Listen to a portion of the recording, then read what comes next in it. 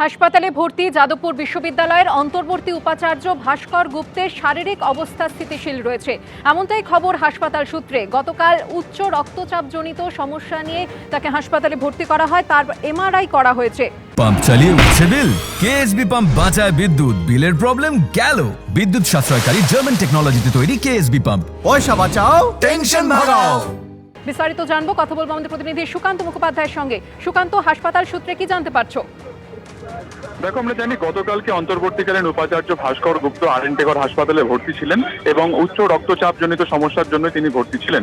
গতকাল রাত্রি পর্যন্ত তার এই যে শারীরিক বিভিন্ন রকম যে প্যারামিটার থাকে বা এই যে হাই ব্লাড প্রেশার যেটা নিয়ে তিনি ভর্তি ছিলেন, সেগুলো কিন্তু একেবারে স্থিতিশীল ছিল না। তবে হাসপাতাল সূত্রে শেষ যে আপডেট আমরা পাচ্ছি যে এই মুহূর্তে তিনি কিন্তু অনেকটা স্থিতিশীল রয়েছে তার কন্ডিশন, এবং তিনি রাত্রে ভালো ঘুমিয়েছেন এবং ইতিমধ্যে দুজন ডাক্তারের অবজারভেশনে তিনি রয়েছেন। একজন হচ্ছেন ডক্টর অরিন্দম বিশ্বাস এবং দ্বিতীয়জন হচ্ছেন নিউরোলজিস্ট অনিমেষ কর।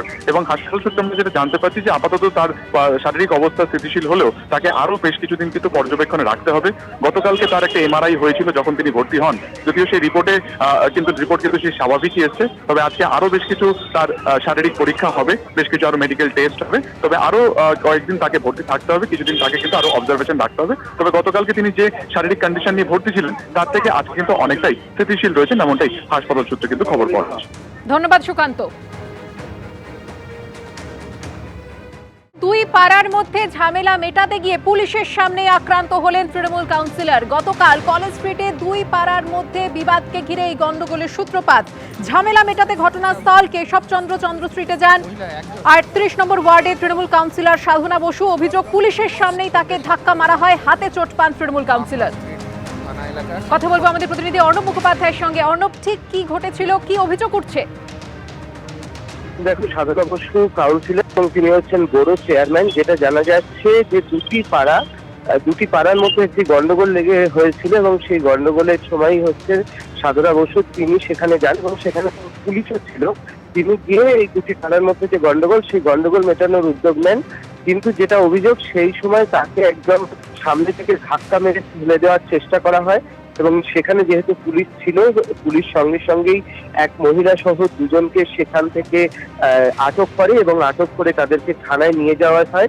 এবং সাধনা বসু তিনি যেটা জানিয়েছেন যে তিনি গিয়েছিলেন মূলত এখানে অনেকদিন ধরেই দুটি পাড়ার মধ্যে একটা সমস্যা তৈরি হয়েছিল, সেটাতে মেটানোর জন্যই তিনি গিয়েছিলেন এবং যাতে সবাই সহাবস্থানে থাকে সেটা চেষ্টা করছিলেন।